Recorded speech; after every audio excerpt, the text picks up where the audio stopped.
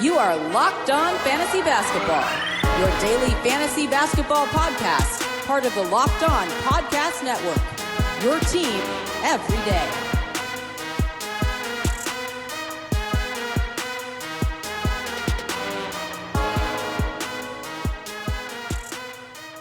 Hello and welcome to the Locked On Fantasy Basketball podcast, brought to you by Basketball Monster. My name is Josh Lloyd and I am the lead fantasy analyst at basketballmonster.com and at Yahoo Sports Australia, and you can find me on Twitter as always at redrock_bball and on Instagram at Locked On Fantasy Basketball. Today we are doing a small show on players that you might be able to sell at the peak of their fantasy basketball value and thus executing a sell high trade. Michael Bolton.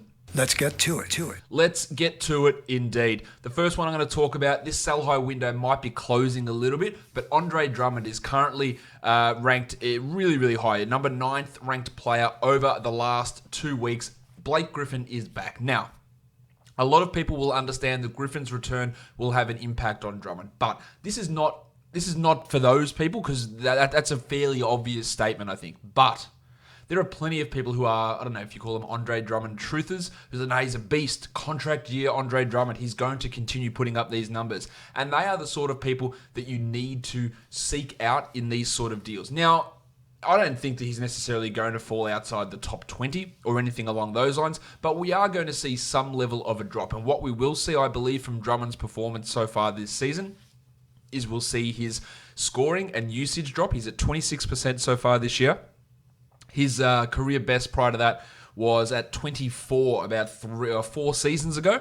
And his assist numbers are at 3.1 so far this year. Last year with Griffin in tow, 1.4. And this has been a common theme with Drummond. When he plays without Griffin, the assist numbers go up. When he plays with Griffin, the assist numbers go down. So both of those things are going to drop him out. He is, again, the 9th ranked player over the entirety of the season, averaging 20 and 17. He'll still be a good rebounder. He'll still get those defensive numbers. It's just that the usage will drop enough that it is going to have an impact, and those assist numbers, they might even cut in half, and that's going to drop a big chunk of Drummond's value away. So depending on what the people who are looking at Drummond think, you might still be able to get a top 10 guy back if you could execute a trade of Drummond and send him for, say, a struggling top 10 guy. Maybe that's Nikola Jokic. You could even consider maybe a Bradley Beal, a LeBron James, those sort of guys. Not that LeBron is necessarily struggling, but there are other options that you could consider in that sort of a sell high situation. Domantas Sabonis, also a sell-high guy, in my opinion, who is putting up absolute monster numbers at the moment. He is, over the last 2 weeks, over the course of the season, the 24th ranked player. That is obviously really, really high. He is doing that by playing 35 minutes a game. Obviously, again, a really high number, averaging 20 and 13 with 3.9 assists. No steals, no blocks, good efficiency, 85% from the line. So there are a couple of clear indicators of regression here. Now, he is playing an additional 10 minutes a night this season versus last season. That's not overly surprising, but what we're seeing at the moment, there's no Myles Turner on this team. There's no Jeremy Lamb on this team. And of course, there's no Victor Oladipo on this team. Now, Turner and Lamb, their return is coming pretty soon, maybe in the next game or two.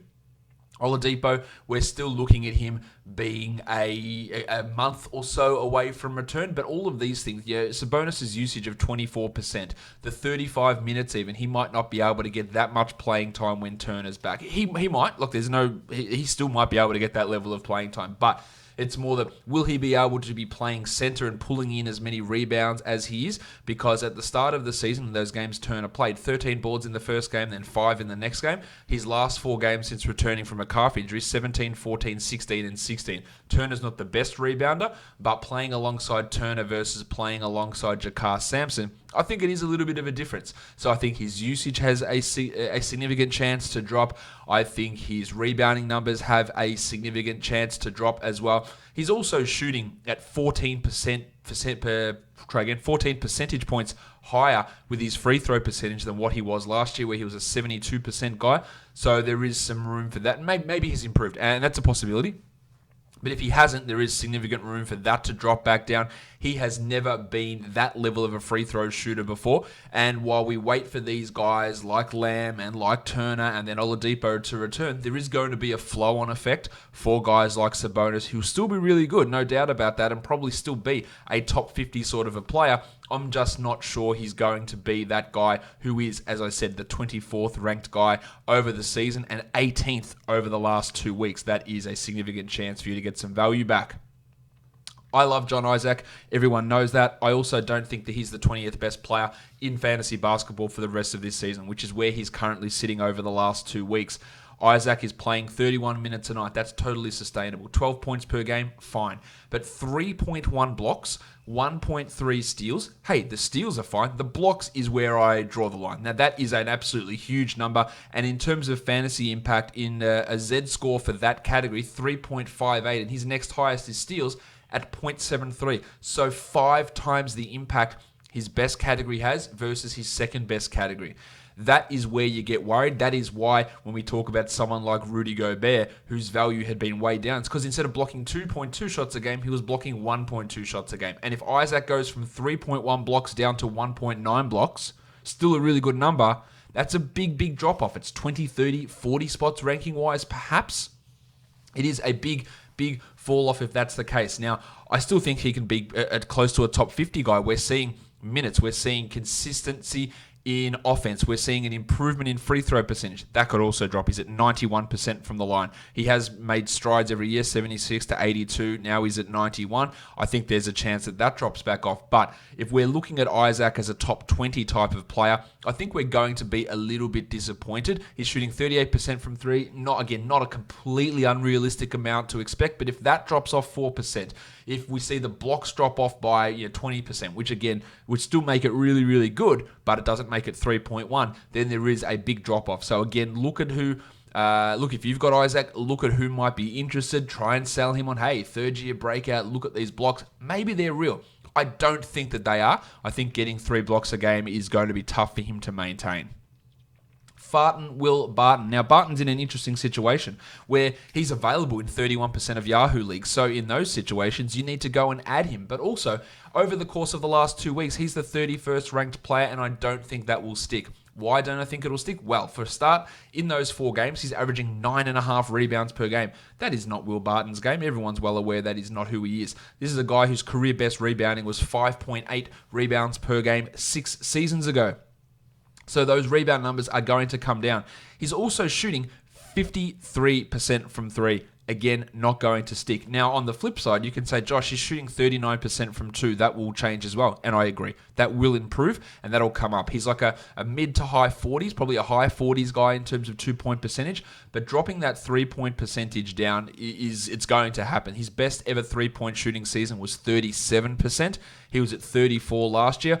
He can get back to that 37 this year, I think. I just don't think he can stick at that level. And that's going to drop his overall production because his usage is fine. It's 20%, and that's probably where he sticks. It's more that he's getting that boost from 3-pointers in his field goal percentage, in his points per game, and his 3-pointers made. The 3-category influencer is the concern. He's also at a career high in terms of steal numbers.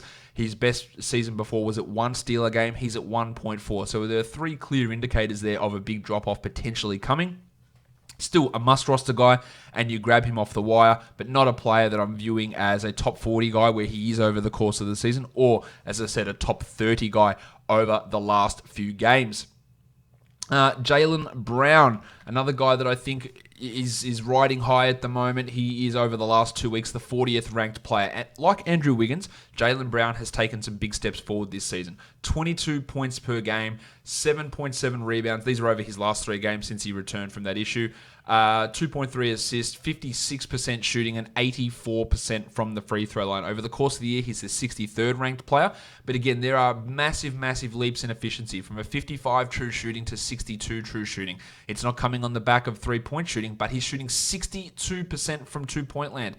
That is going to drop. And this is a bloke who's never hit 70% of his free throws. He's never even gotten to 69%. Giggity! Of his free throws, and he's at 77.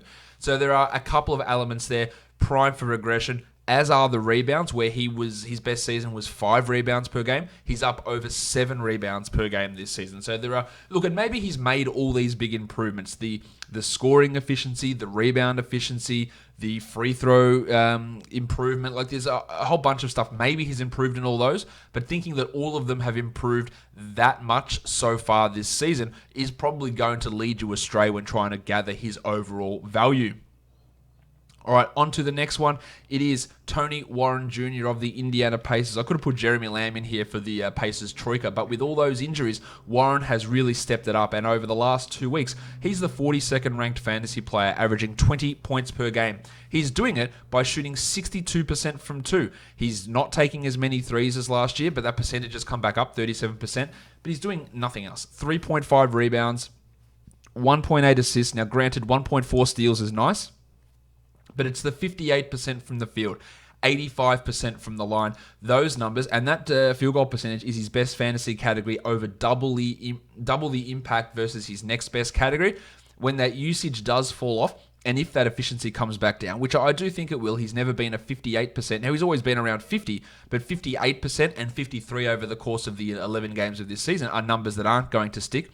Plus, the minutes might drop off if they have to push Jeremy Lamb up to small forward when Oladipo returns. That usage, which has spiked with the absences of Turner and of Lamb as well, that has helped him. And he's on a real hot streak in terms of these shots. And again, a 4 or 5% decrease in his 2-point percentage will drop that value pretty significantly. Is he a must-roster guy? Yeah, he is for now. That may not last the entirety of the season, but for now, yes, he is that must-roster player. Marcus Morris, I had him on this list last season. He is still in that zone. 54th ranked player over the last 2 weeks. 35 minutes a night, 21 points per game, usage of 26%. He is jacking up too many shots on a bad team. It is not leading to winning.